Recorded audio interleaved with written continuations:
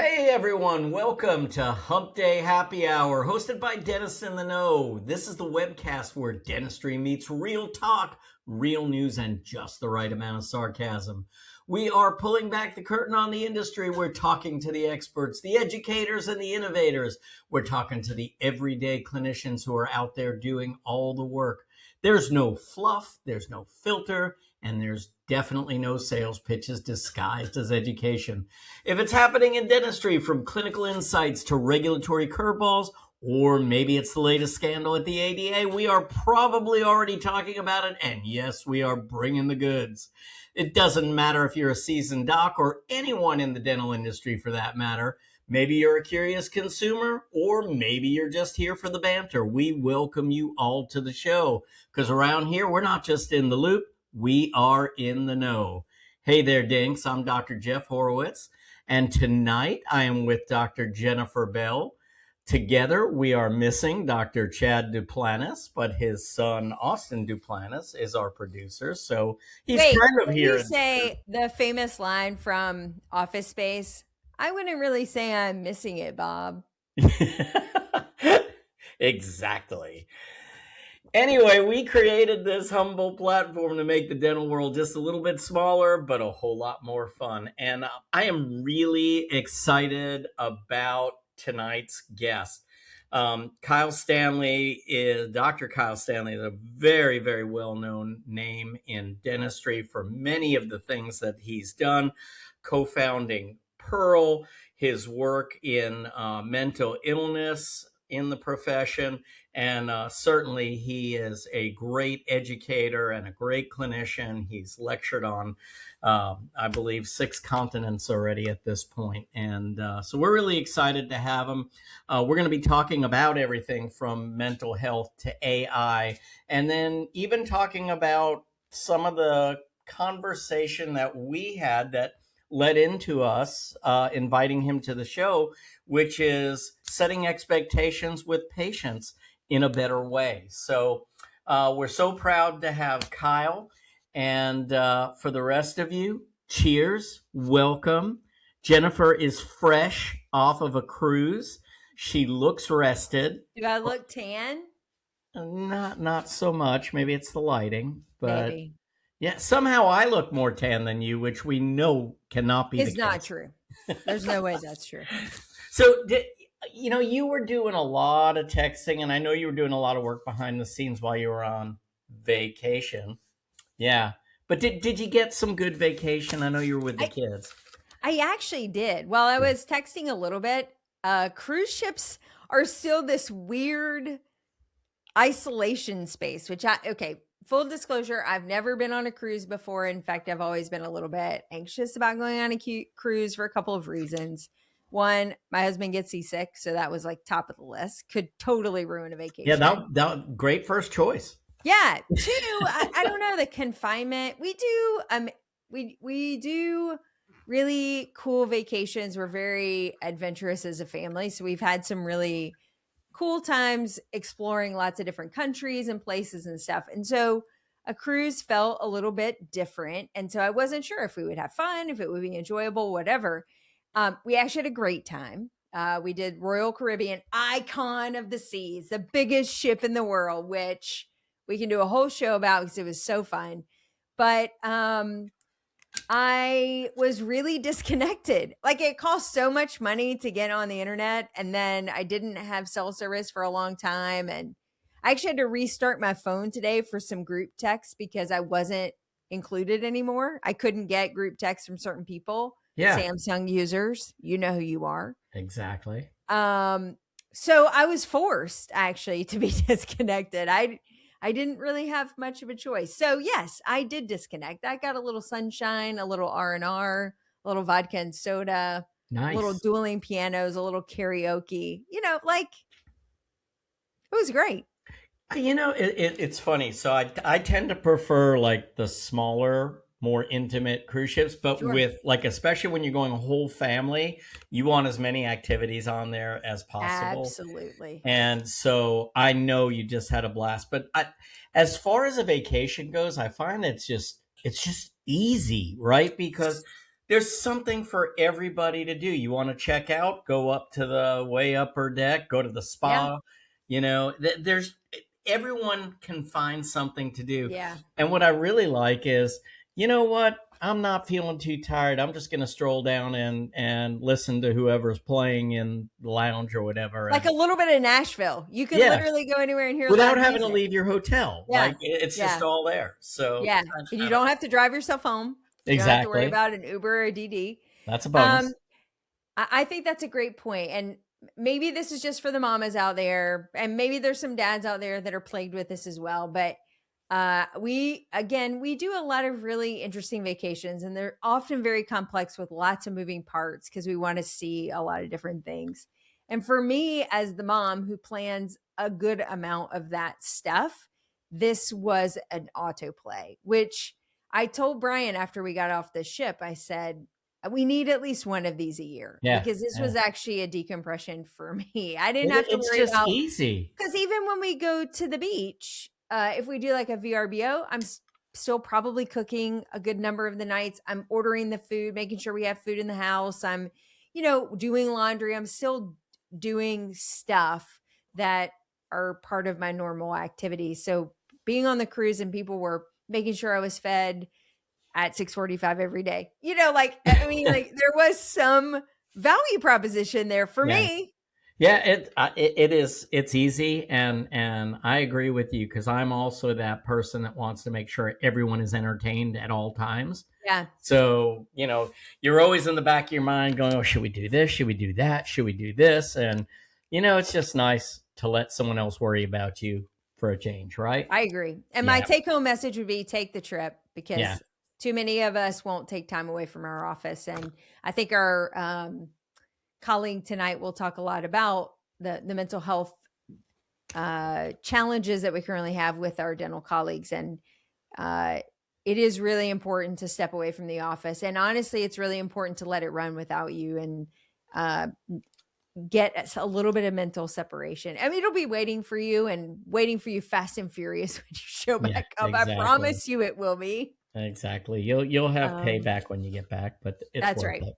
Well, way to tie it back to dentistry, because everyone out there is wondering why we're talking about cruises on. Oh, we didn't tell you this show was sponsored by Royal Caribbean. Right. No. And we're going to be selling timeshares at the end of the show.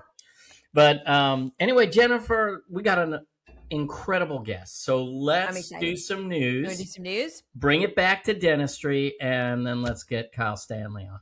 It's been a little bit of a weird week with the dental news. We're going to talk a little bit about patient outcomes, because I think that's really important. There were 2 different dental cases that came up this week. One made national news, and I kept digging into this story a little bit deeper, trying to understand, because actually it hit home a little bit. You can interpret that as you will. But so a dad in Texas went in for routine dental treatment. Take that as you will for those of us in the dental profession. And within 24 to 48 hours, he ended up with sepsis and also with flesh-eating bacteria. So he ended up in the hospital, and at the end, he lost several limbs due to this kind of infectious state that started to happen. So he went into the dental office.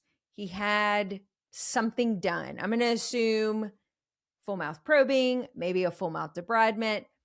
His wife even made note that he went in with inflamed gums and then came home with super bleedy gums. And then it sort of escalated into a big sepsis issue. Now, I have no comment about whether the dentist did the right thing or the wrong thing. And I don't have much comment about the patient either, except to say this, because again, this hits home.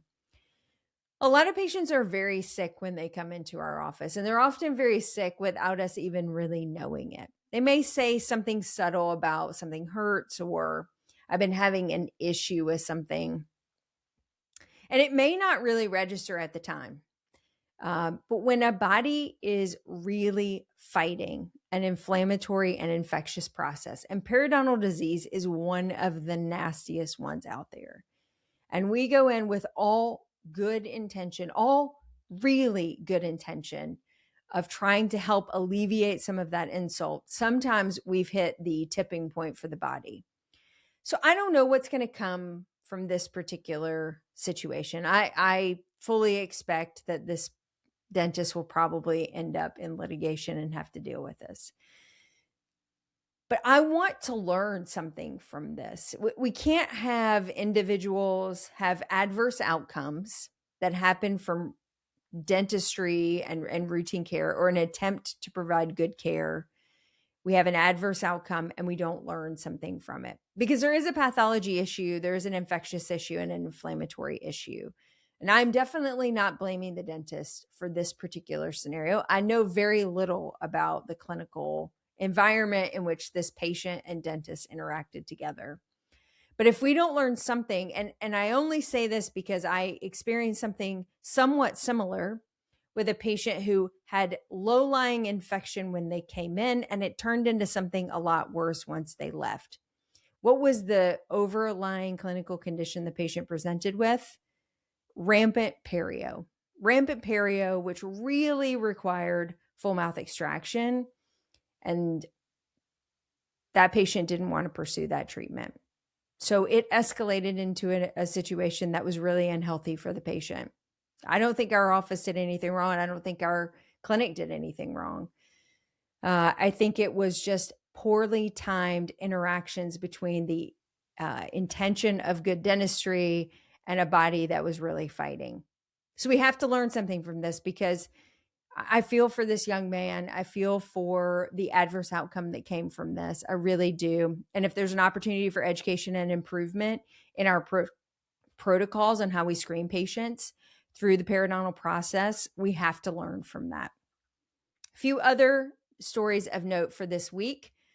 I feel really vindicated with this story. And I know this is going to sound very strange, but there was an individual who died in Florida recently during a full mouth extraction and implant case. And we dentists get thrown under the bus pretty routinely for these particular cases, because maybe it was poor general anesthesia, poor conscious sedation, poor health history intake, whatever it might happen to be. But this particular individual loaded up on a bunch of medications before he came in. Maybe or maybe not. The coroner determined he did not disclose the level of medications that he had taken before he came in. And then between that and the mixing of bupivacaine, he had a major cardiac event. Now, the coroner said no fault of the dentist, which, how often do I actually get to read that story to say that the dentist isn't going to be charged for this particular adverse outcome? Again, I don't know how to prevent this. If people are loading up on stuff before they come in, taking cocaine, doing a bunch of other things that are really bad for their heart, and then you give them a little bit of epinephrine, we know the adverse outcomes could be there. I'll keep you posted if I have a takeaway message from this particular story. I honestly am just talking about it because I feel a little bit vindicated, because I've told you every week I read the news and it's like some decision that a dentist made that maybe wasn't so great, or, it was a combination of events that led to an adverse outcome that's not going to work out well for the dentist. In this particular case, the dentist has actually been vindicated, which we have to take note. Now, in honor of our particular guest who's here with us tonight, Dr. Stanley, Pearl made the news this week, and I think that's pretty awesome that the company continues to grow and innovate, releasing their clinical documentation platform. I'm pretty excited about this new addition to the Pearl suite of services.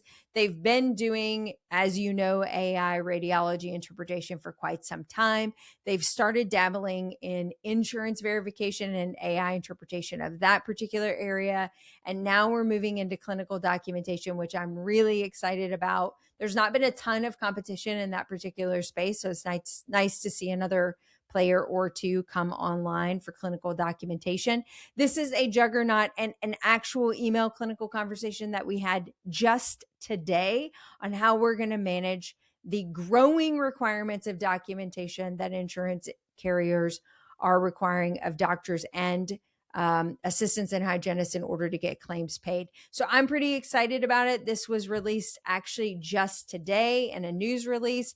So as Pearl is a sponsor of the show. We hope to get a lot more information coming out in the coming days. We'll be sure to share that with you, especially for our existing Pearl customers. And maybe we can squeeze out a dinky deal for our regulars. And with that, that's the news. Hey, Jennifer. Yeah. So great segment, because I was actually involved in a conversation with someone today as well about all of the burdens being put on us and what we have to provide for the insurance companies just to be able to substantiate our claims. And Right. that's actually starting to change how we're doing things clinically, which is pretty darn sad. We actually have to make operational changes and systems changes just to accommodate the insurance companies, which is kind of crazy. But I got to tell you this is what I really want to tell you. So I get a text while you're doing the news from none other than Dr. Jim Richard. And it's a video segment of a body cam that in a raid on a New Jersey dentist, not a dentist, botching a root canal. He actually has the body cam footage of this, and it goes into this whole thing. And this dentist is practicing in my old hometown of Old Bridge, New Jersey. So that this crap is following me. I feel like someone is trying to get me in trouble. Yeah. But anyway, I've got maybe we use this next week. Well, I kind of like a body cam. I think that could be cool. Yeah, kind of cool. Anyway, I just thought was you'd be it excited. An undercover operation? It was an undercover operation because someone had to subject themselves to a crappy root canal? I think they went in after the botched root canal, but you know it's a good dentist when they're advertising to a WhatsApp group for $1,000 root canals. Oh, that's my gal. Great. That's perfect. I'll take 2, please. Yeah. Let me save $1,000 on my root canal by going to someone who's advertising on WhatsApp. Yeah, perfect. All right, you going to introduce our guest? Yes, I am, because he's been waiting in the wings, and I am really excited to bring this brilliant young doctor on. His name is Dr. Kyle Stanley, and he is a globally recognized leader in modern dentistry. He was named amongst the next generation of cosmetic dentistry by the AACD. He's one of the top 10 educators in dentistry, as said by the Seattle Study Club. He's listed among the world's top 100 doctors in dentistry. He's a graduate of the other USC, the one on that side of the country. We all know the real USC is the University of South Carolina, but we'll let him get away with that for now. Dr. Stanley advanced his training in dental implants in Brazil. He's been published extensively on aesthetics, implants, mental health, and plastic surgery. He's also a pioneer in artificial intelligence. And incredibly, even having a partner like Pearl, I had no idea that this gentleman is one of the co-founders of Pearl and bringing artificial intelligence to dentistry. So we're going to hear a lot about the thought process behind that and what made him create a dental AI company that's now valued at over $400 million. He's helped to reshape patient care and diagnostic accuracy, but I think this is really important as well. He has also developed something called the Light Side Academy, which helps dentists prevent burnout and keep sustainable careers and build sustainable careers. He has spoken everywhere. He's spoken on 6 continents now. He inspires audiences with a very forward-thinking approach to dentistry. And Kyle, I couldn't be more excited to have you on. So welcome to the show. Thank you very much. Thanks for having me. Yeah, you're very welcome. And, the first thing that made me want to get you on the show was, I had seen your name pop up a couple of times in social media feeds. And the thing that really popped out is like, this guy is saying what's needed to be said for a long time, which is dentists, we don't need to be giving all this dentistry away. We need to be setting proper expectations for our patients. And you had a couple of really great posts that I thought hit home beautifully.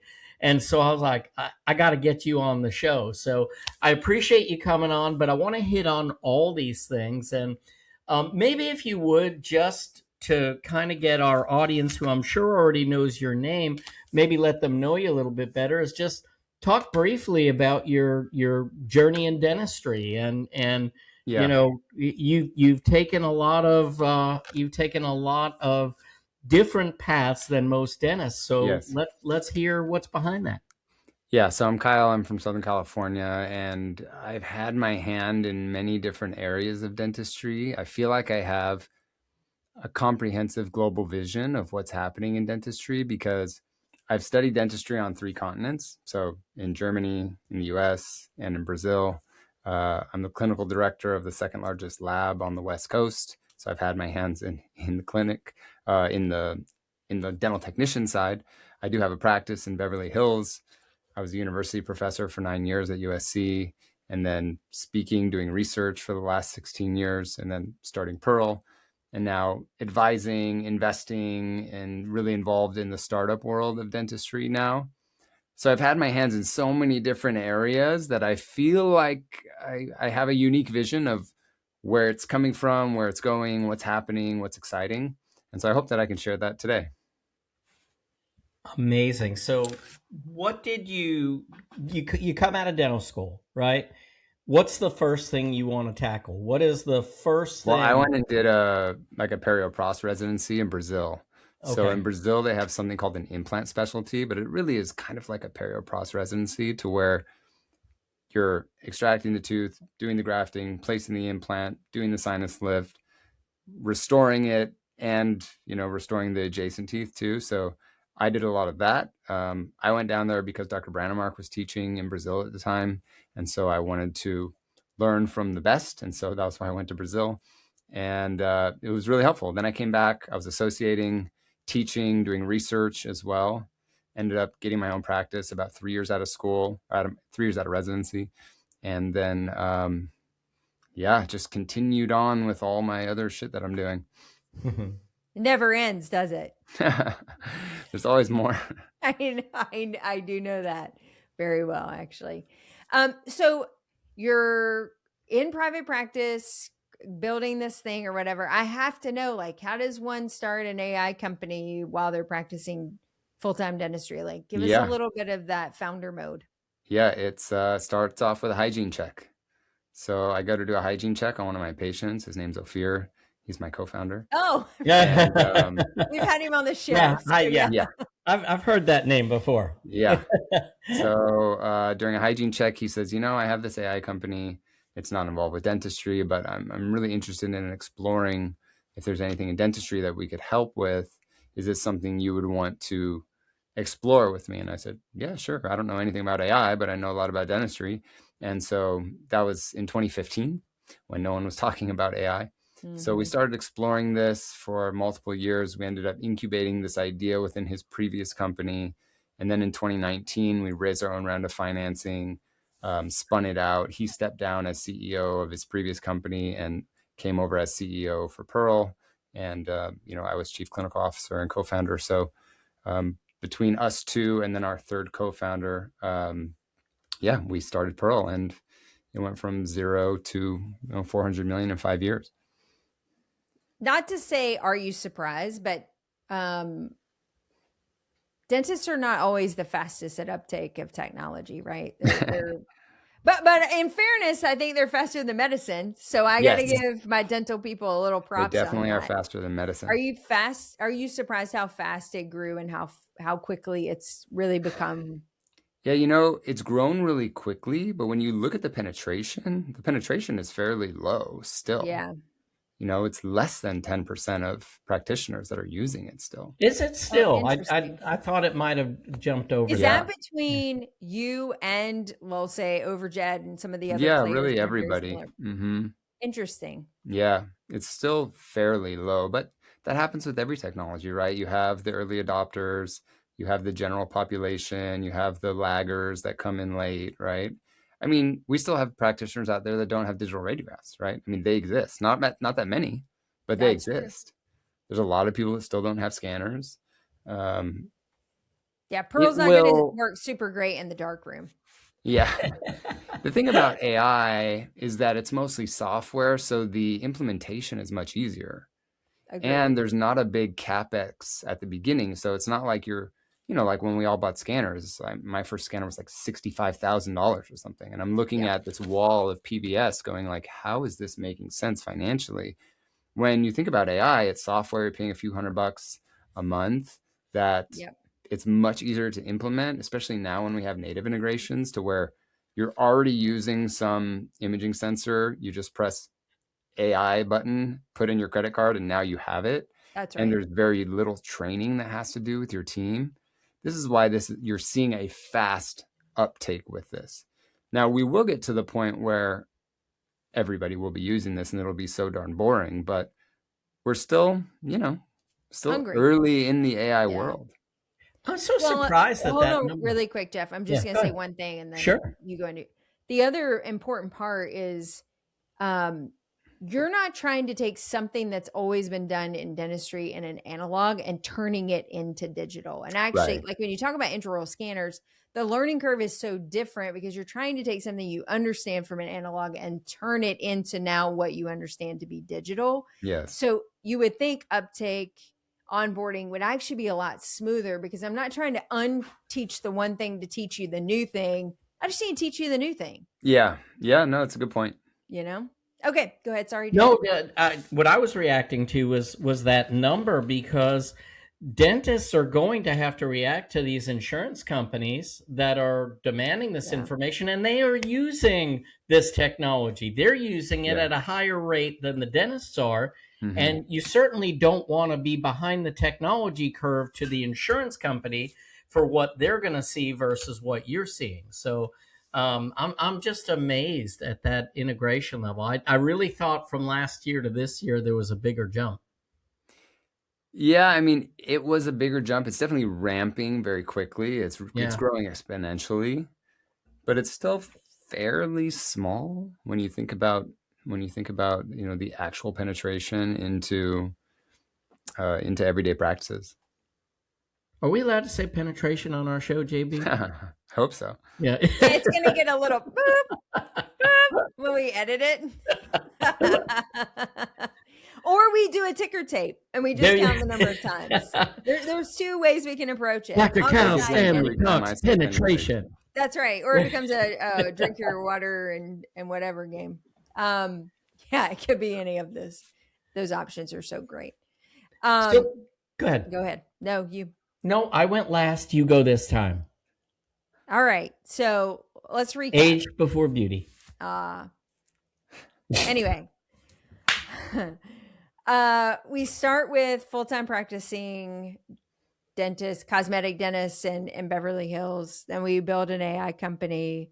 And you're not done yet. You're not satisfied. So talk a little bit to our listeners about the next kind of evolution of Kyle and now you're involved with mental dental connection or and foundational work to help support a lot of our colleagues. And I would love to hear more about that. Yeah. So it was February of 2018. I was coming home and it was literally a dark and stormy night. And I remember that because in California, we don't have a lot of dark and stormy nights. Yeah. And so I went to the front door and went to go open the door, but the deadbolt was on. Knocked on the door. My wife opens it, holding my son at the time, who was 1. And she said, "Welcome home." And I said, "I can't do this anymore." And I wouldn't recommend saying this to your spouse without some context, because she's kind of like, what are you talking about?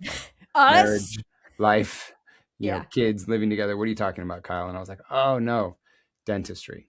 I can't do dentistry anymore. It's too stressful. It's not worth the money. I'm stressed out all the time. I'm not sleeping well. My health is in a poor place.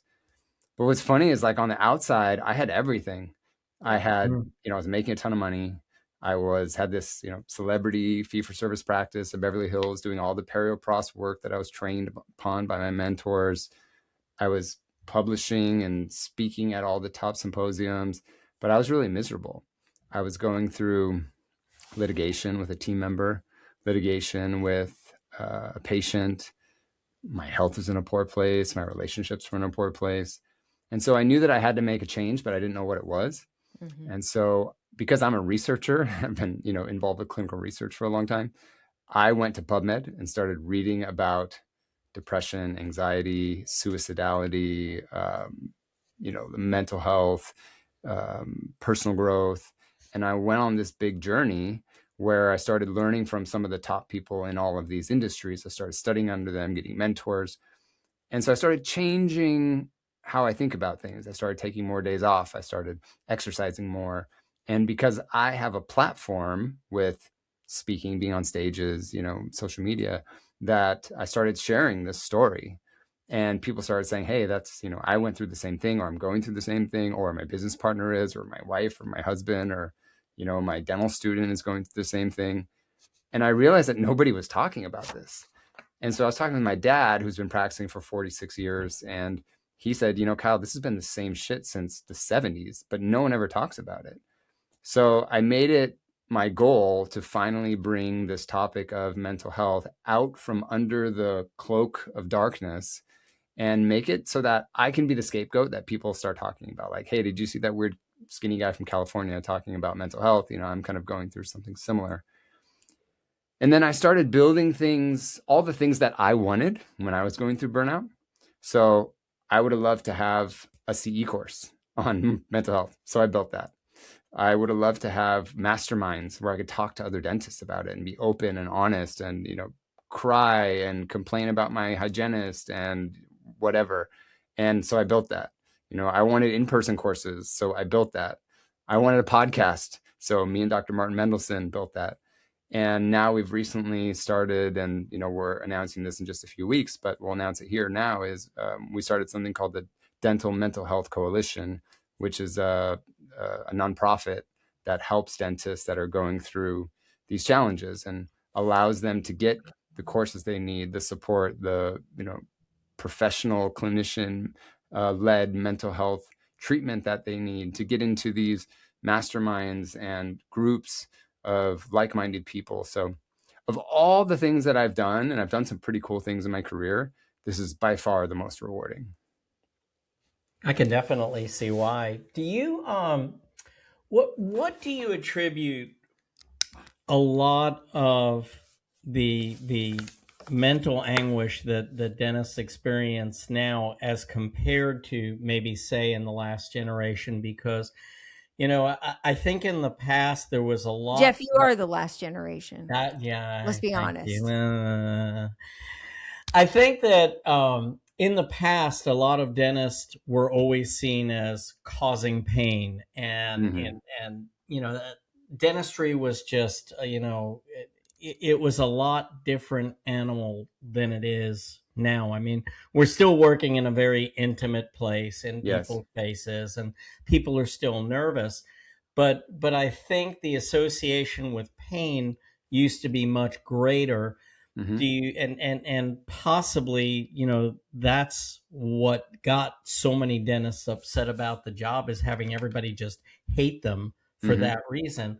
But I feel like maybe now there are social media pressures, practice pressures.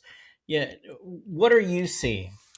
Well, there's 18 different triggers that I go over, and we won't have to go over all 18 today, but one of the ones you mentioned is definitely true. I mean, we have a really bad media presence, right? Anytime you see a dentist in the media, it's either we're a bumbling buffoon, or we're trying to rip people off, or we're sexually abusing people, or we're hurting people, or children are dying in our chairs.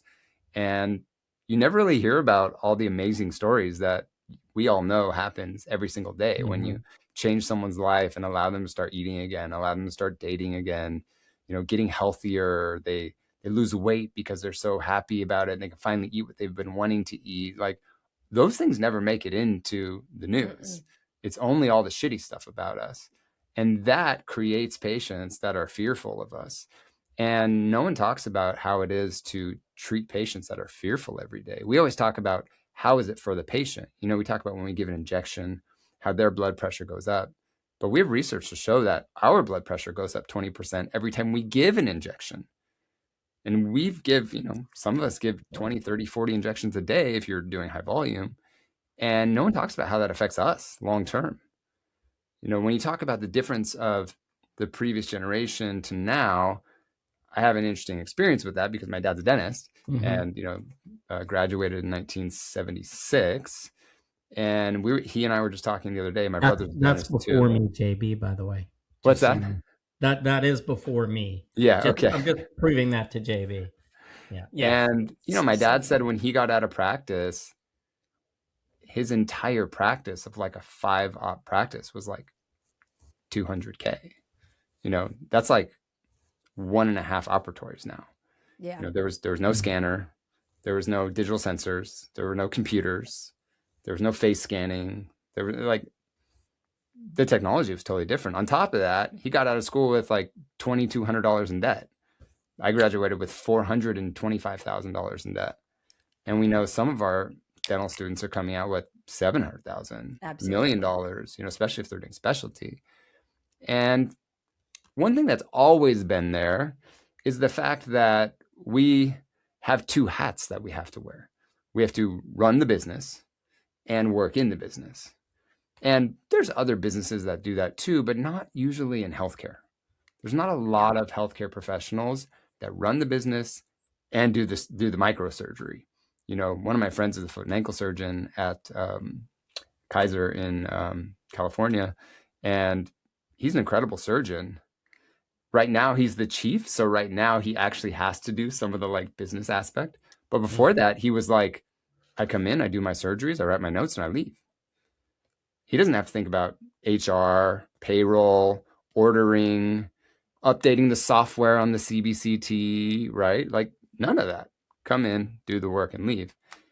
And, we do have the autonomy of doing that too. So it comes with good things, but there's a lot of pressure on us. And there seems to be, when you take all these little triggers that are happening and you add into the fact that there's a public taboo about talking about this, that if you're going through burnout, if you have mental health challenges, that you're just weak and that you just can't handle it and you should just work harder, that doesn't add to it. And, we have a lot of research showing that we're twice as likely to suffer from depression, anxiety, panic disorder. We have some research showing that we're as high as 17 times more likely to die by suicide than a non-dentist. Not 17%, 1,700% more likely to die by suicide than a non-dentist. I've kind of become the guy that talks about suicide in our profession. And so I hear about all the stories, the ones that nobody talks about. People message me. I've now started working with some of the families because, these widows and widowers are left with a practice. They don't know how to sell. They don't know what letters to send to the patients. They don't know, they don't understand what their spouse went through. And so it's been really rewarding, but it's a really challenging profession that we're in. And I think, additionally, we've become the bad guy and the bad messenger for so many other people. Now we tell bad insurance news. We tell bad diagnostic news. We, the number of people that we quote unquote represent while we're sitting in a chair, and then also have to carry the water for and make excuses for whatever we want to do. That weighs on people who generally pursued a career for they're empaths. They want to take care of people. They generally like people. They have a caring heart. They want to serve. They're type A very commonly. So that constant compression of all that, I know in our practice in particular, my partner and I've had many challenging conversations about the lack of control that we have over so many parts of the business that ultimately impact our reputation in the community. Yeah. Like if an insurance company doesn't pay for something, somehow it's our fault. If Right. we have a bad employee and we have to kind of cycle through that, that's our fault. If we have an adverse outcome, that's our, like, there's just, if the lab doesn't do what we've asked them to do, that's our fault. Like, we're carrying the water for so many different people. At some point you get really tired. Your shoulders get sore from being the person in front of the patient constantly going, I'm sorry. I'm sorry. I'm sorry. I'm sorry. I'm sorry. Well, people have to blame us for things, right? I mean, it's still crazy to me that people come in with self-imposed disease and then they get mad at us for finding it. Right. Like, if we're honest, 90% of what we fix is completely preventable without us, right? If you don't eat shit, if you brush and floss your teeth, and maybe even if you come see us, fairly normally, you could have zero problems, like zero. So don't come to me with decay and then complain that I find it. Yeah. And this, what a great segue, because I want to talk about what you have been talking about a lot of late, which is letting patients own some of the responsibility. Yeah. For me, that day where I became confident enough to say, no, this is a problem that you came in with. This is a disease process that you own. And I'm only here to offer you the best possible solution for this problem that you already had, that I am not going to absolutely fix. I'm going to make it better for as long as I possibly can and do that the best way I can. But here are the future risks. Yes. And that's why I loved, what you were saying, is that there needs to be a conversation of expectations for the patients ahead, because, two patients come in, you're doing 2 crowns, one after the other. The first patient, you say, okay, I just want you to know, that anytime we drill enough on a tooth to do a crown preparation, there's a 7 to 8% chance it's going to need a root canal in the future, regardless of anything that we have done here, And then you forget to say that to the second patient. Right. And, you're the same guy, but with the second patient, you're the guy who, the drill must have slipped, or they must have drilled too deep. Or, I defend a lot of I don't personally, I'm not the attorney, but I serve as an expert witness in a lot of Thank you for doing that, by the way. And everything. Oh, absolutely. Nothing compared to what you're doing. And I actually enjoy it. And if it's indefensible, I just say to the attorneys, look, you're going to have to settle this. I can't stand behind this. This is bad, but I never am on the other side. Yeah. But regardless, it always seems to come down to communication, and communication prior to the event, not after the event. Exactly right. Yeah. And so when I saw your posting about that, it just lit a fire in me. And I said, I got to get Kyle on, because I just want to hear more about that. It took me so long. It wasn't until I went off to John Coyce and said, wait a minute, there is a thing called risk. And I am owning all the patient's risks. Why am I doing that? So what was the epiphany for you? So after I had gone through burnout, and I had started to teach mental health and what I had been through and how I got myself out of it, I boiled it all down to 3 things, which is boundaries, expectations, and communication. And what's funny is when you look at those 3 things, none of them are clinical. It's because most of us are pretty good clinically, right? Because we went to school for 8, 10, 12 years to learn how to do what we do clinically.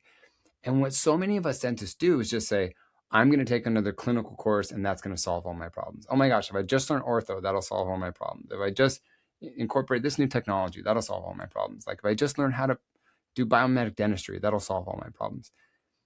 And it doesn't, because I did all that and I was pretty good clinically and it didn't help me mentally. And so when I started to look at boundaries, expectations, and communication, once I started working on those skills, my entire life changed. And one of those big ones is setting expectations with patients about what I can control, what I can't control, what I'm responsible for, what I'm not responsible for, and what they're responsible for.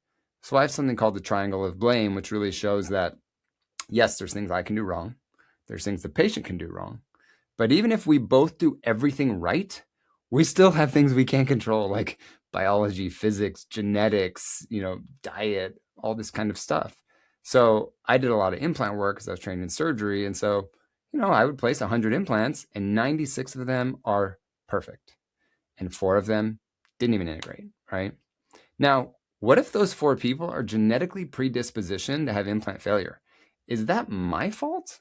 No, it's not. And so I was talking with my friend who I told you about, who's a foot and ankle surgeon, and his name's Mike. And I said, Mike, if you have a failure in your case, he goes, what do you mean by a failure? And I go, I don't know, like the plate, doesn't work, and he goes, oh, you mean a revision? And I go, oh, Yeah. You guys don't call it failures? He goes, no, it didn't fail. Maybe it's a complication or a revision. And so I started incorporating this term revision because that's what medicine uses. So if I fall and I hurt my ankle and then I go in 6 months later and I still limp a little bit or I have like some pain, they go, you know what? We need to do a revision surgery. And you guys think that it's free? No, right? Mm-mm. I'm paying for every stitch, every sponge, every minute that the light is on. I'm probably paying for the nurse. I'm paying for everything again. But in dentistry, we're like, oh yeah, I know it's only been 7 years that you've had this crown, Mrs. Jones, and you bit on But it ice. must be my fault. But it's totally my fault, right? And then like you said, Jeff, it's like you have to say this before. The annoying part is that complications only happen like 2 to 3% of our cases, but you have to say it in 100%. And so I started doing that, and I started to be very upfront with patients. Like if I place an implant, hey, this could last. You could die with this in your mouth, or it could fall out before you get to the elevator. But if that happens, you're going to have to pay for it again. And if they were like, oh my God, that's crazy, oh, you're no way, then they're not the right patient for me. But you have to be able to set that boundary. Remember, that's the third thing. It's boundaries, expectations, and communication. And what most people aren't comfortable doing is setting the boundary because they don't have the talking points. And I kind of learned this from training jujitsu. I trained jujitsu, and when my son first started training, he did a course called the Bully Proof program, which is like teaching young children how to stand up to bullies. And what they say is children that don't know how to defend themselves won't set the boundary. So we're not teaching our kids to fight. We're teaching them to avoid fight at all costs. But they're not going to avoid the fight and like put up the boundary and say, stop saying that to me, unless they know how to fight. And so in dentistry, knowing how to fight is having the scripts, having the templates, having the talking points, having the note templates. And so that was what I created. And we've now had over almost 4,000 dentists. It's like just like 3,900 or something that have gone through this program and are now setting boundaries with patients. And so it's really cool to see. How do you think, let's talk about different stages of dentists and how they process, and because I think Jeff hit on it a little bit, confidence certainly helps. When you start to feel more confident in your skill set and you've done enough of these procedures to sort of anticipate complications. I am definitely a different communicator today than I was 3 years out of dental school, where I wasn't really sure when the burr was actually dull or not. There were a lot of challenges that were happening on a daily basis.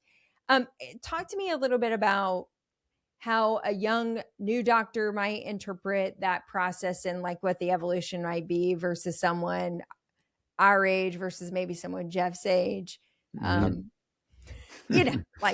There's a lot of unknown unknowns with young doctors. I was definitely there. I didn't know what I didn't know. And once I learned that, it was much easier to look back and have those conversations. I think for me as a young doctor, and what I've seen with the people that have gone through my courses or that I've mentored, is that they're so worried about losing the case that they don't set the expectation. And so they're really gambling with that. They're like, well, I'm not going to tell them about all the complications because then they may not do it. But those are the people that take you to court, that, Jeff sees in court. Those are the people that write you a bad review, that scream at your front office. And so you really have to get to this mindset where you realize not every patient is right for your practice. And that was a really hard thing for me. And it came out of a good place. It came out of me wanting to help everybody. I was trained by Pascal Magnier and Sasha Jovanovic and Christian Coachman. Like, I had the skills to help these people. And the other dentists, the 5 other dentists that they went to, they didn't, right? And so it's like this weird ego thing. But once I learned not every patient is right for my practice, I was able to set those boundaries. I had to learn some skills. Like I had to learn scripts and talking points and how to talk to people. And once I did that, it really changed. So if I can catch doctors earlier, it's always better. You know, I don't want them to go through all the shit that I went through and that other people have went through. I'd rather catch them early. The problem is most people don't seek out non-clinical topics until they absolutely need to. Yeah. And I love that I love that you hit that point, because, you know, when I think back on all of the cases where I have served as a witness, and I can only think of 2 where there was actually a procedural mistake, where there was actually a clinical deficiency in the case. Yeah. Every other case that I have been on, it was either about poor informed consent, poor management of expectations. Yep. Boundaries, expectations, and It was communications. all about the communication Yeah. of, you know, the risks of what was being done, but could find nothing wrong with the procedure, you know, or the clinical acumen of the doctor who performed it. It's the same thing I see in the lab. Yeah. So I'm the clinical director of a laboratory, and they do thousands of cases a day, right? And I usually get involved when there's problems, right? When it's the 2nd, the 3rd remake. And what's funny is so much of those things are just communication. Mm-hmm. So like the doctor's mad because the case didn't come in on time. And I talked to our team at the lab and said like, well, did you tell them that it was going to be late? And they were like, well, we were waiting on the implant company was back ordered on this, you know, component. I said, well, did you tell them that? And they said, no. I'm like, okay, well, like you need to tell them that, right? Or like the opposite way, right? So like the doctor expects that we're going to design it a certain way, and then we don't. And he or she is then mad at that. I mean, everything just comes down to communication. Most of the time, the doctor's doing pretty good work. The lab's doing pretty good work, but it's just this lack of communication. Will we ever be able to solve that problem? Like it's plagued. It's not just dentistry. It plagues. No, it's everything. Politics. It plagues everything, really. Yeah. Like, but what's cool is that when you develop, like these are skills. This is one thing I had to learn. One of my big revelations is that everything is a skill. I thought only hand skills were skills. For a dentist, that's what we think, right? Like prepping is a skill. Yep. You know, even maybe like smile design is kind of a skill, right? But communication is a skill. Setting expectations is a skill. Dismissing patients is a skill, right? And what's funny is once I learned these soft skills in my professional life, I applied them to my personal life. So I'm better at setting expectations with my wife. I'm better at setting expectations with my kids. I'm better communicating with my neighbors. And you just become a better person. I think that is an amazing way to end, because number one, a couple really key takeaways that I want to make sure our audience notes.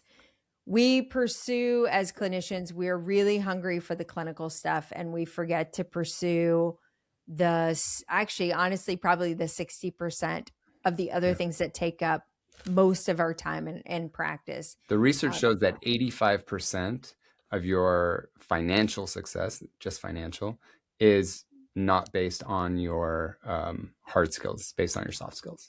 All you have to do is go into multi-doc practice and see differentiations between providers. The good communicators and the poor communicators might all be clinically sound. One's outproducing the other, and it's not because they're faster. Mm-mm. It's simply because they can communicate and they can walk patients through the treatment planning process without selling them on dentistry, because build trust. Absolutely.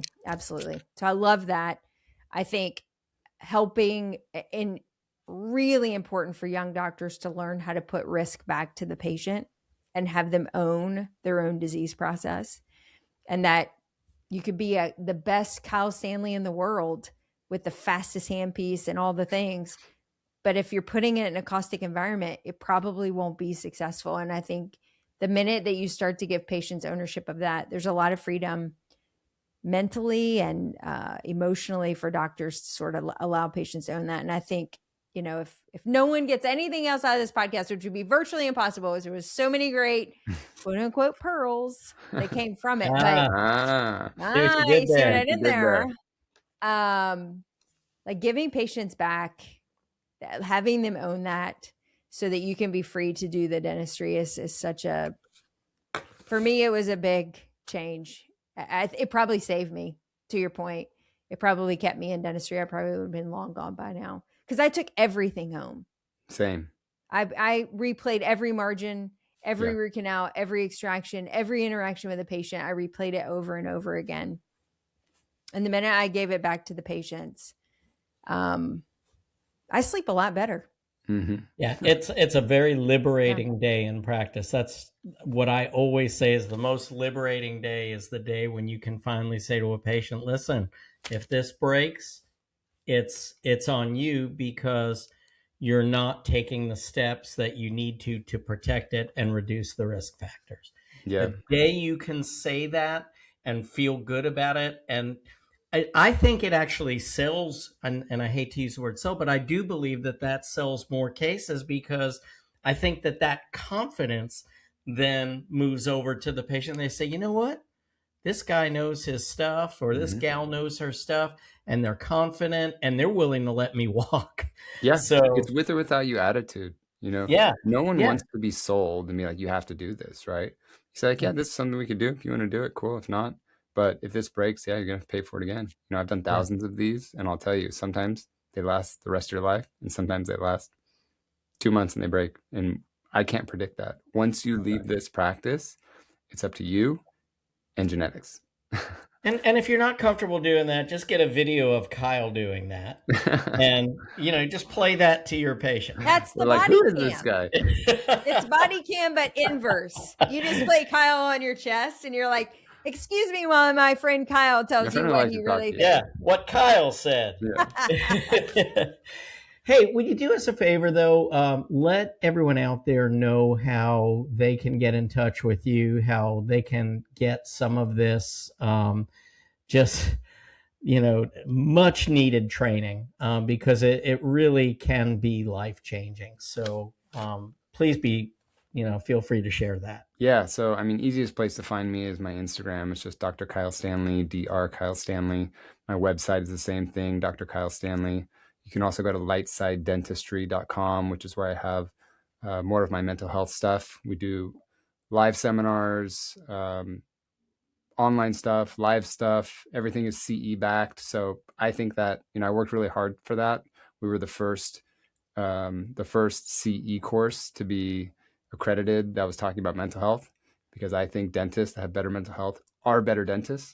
One of the things we're trying to do with the mental health, the Dental Mental Health Coalition, is make it a requirement for every state to have to do 1 unit of CE of mental health, just like how you do HIPAA, just like how you do all these other things. We're just asking for 1 unit a year. That's it, because we've seen how it can change people's lives. So that's how you find me. Love it. Well, thank you for everything that you've done for dentistry.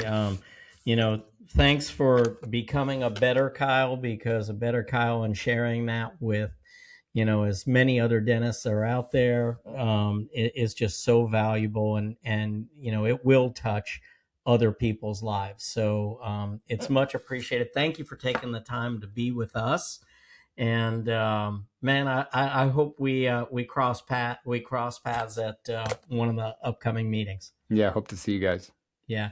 JB, you want to close us out?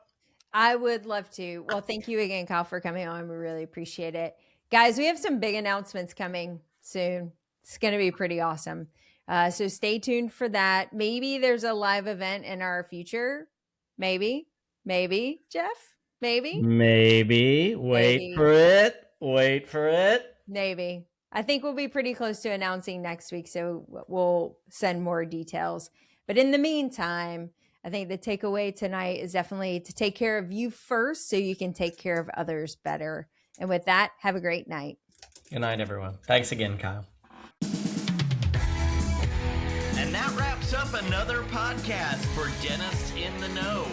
On behalf of Dr. Jennifer Bell, Dr. Chad Duplantis, and myself, remember that we've got a great profession, so let's make it a great day, Dinks.